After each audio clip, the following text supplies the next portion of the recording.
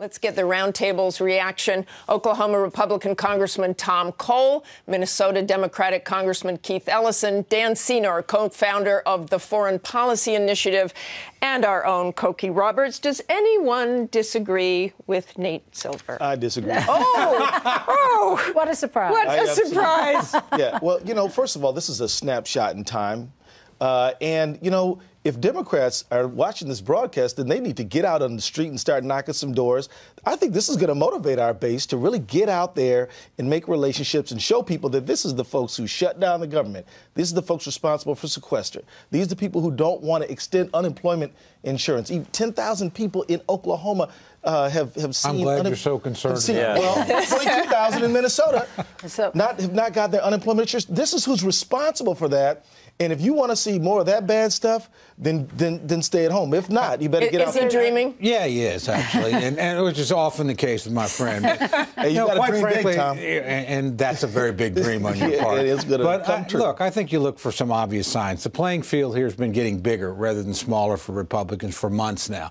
Places that aren't normally in play are coming into play. Most of the places that Silver ticked off are red states that the president lost badly in the last election. And finally, we've got a bellwether special election out there with Florida 13, which I think showed a lot about what the state of play is. Well, this is a district that the president cares about. Seems like there's a formula, right? But they are both right. I mean, what we're seeing in our latest ABC poll is that in the 34 states where there are Senate elections up, the Republicans are up by 12 points in those 34 states.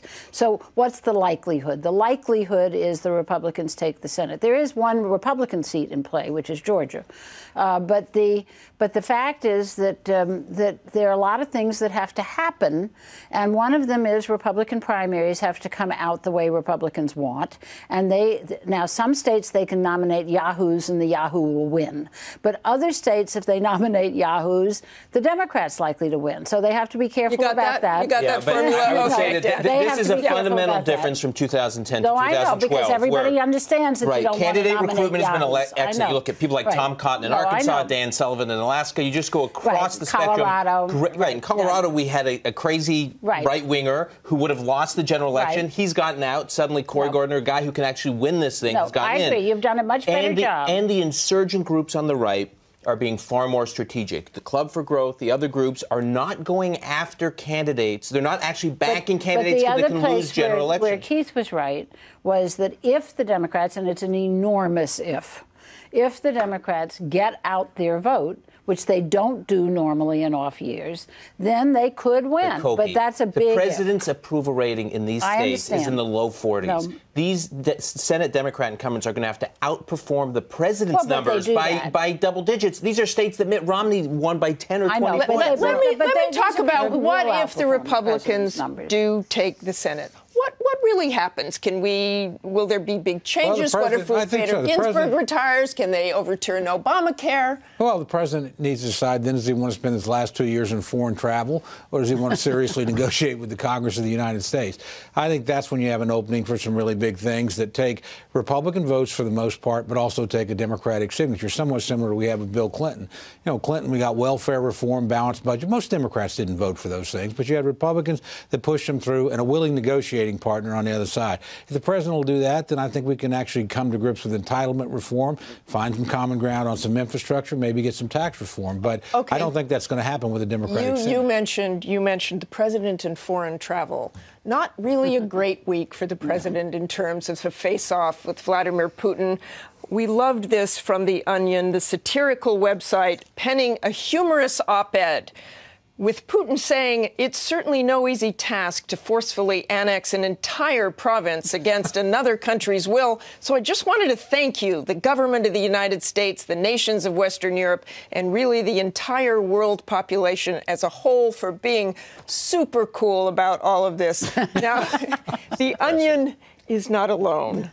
Congressman Ellison, is Putin getting away with murder because the world really lacks the challenge? Really lacks the force? Well, think about the options on the table.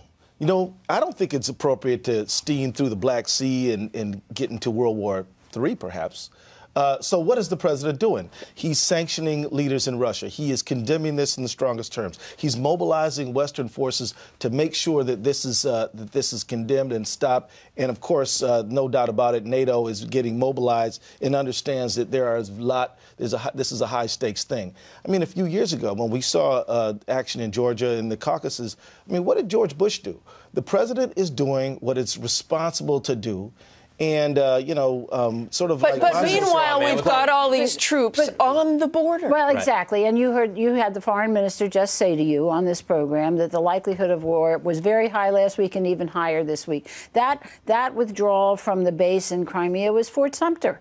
You know, it really was. And so that was the beginning of civil war. Now we go to civil war in Ukraine. Then what does the United States do? There are basic things we can do. Provide small arms and ammunition to the Ukrainian military, the Ukrainian government, which they're asking for, which the president hasn't provided. This administration has just provided MREs to the Ukrainians. And I actually don't think they've delivered them yet. That military is so small compared to Russia. Missile defense capabilities in former Warsaw Pact countries that are part of NATO. Provide resources to former military resources, ground forces movements for former Warsaw Pact countries that are part of NATO. Expand the sanctions. The Magnitsky Act has hundreds of Russians we can be sanctioning. The administration has sanctioned a handful of them. I'm not saying that you are wrong. What I'm saying is that this Republican attacking the president, suggesting that he's weak, is absolutely counterproductive, and that if we want to look, this is not a Republican-Democrat thing. There are Democrats. There are Democrats who share my position. No, I agree, but I think the president needs to get the support of this country and move forward together with all the Republicans don't write the onion. I mean, look, this has been an administration from the reset to the cancellation of the agreements that we had with Poland and the Czech Republic on missile defense to Syria that frankly has been outthought and outmaneuvered pretty consistently by Putin. And I think that's why we're here. And I agree that there are limits to what he can do. Nobody's talking about putting troops on the ground.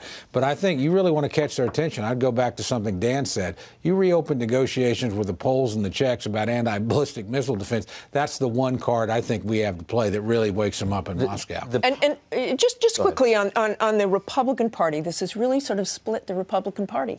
Yes. Well, I think that the Republican Party, there has been this debate about whether or not the Republican Party is shifting to some sort of quasi-isolationism, debate over the NSA, debate over drones, debate over Syria.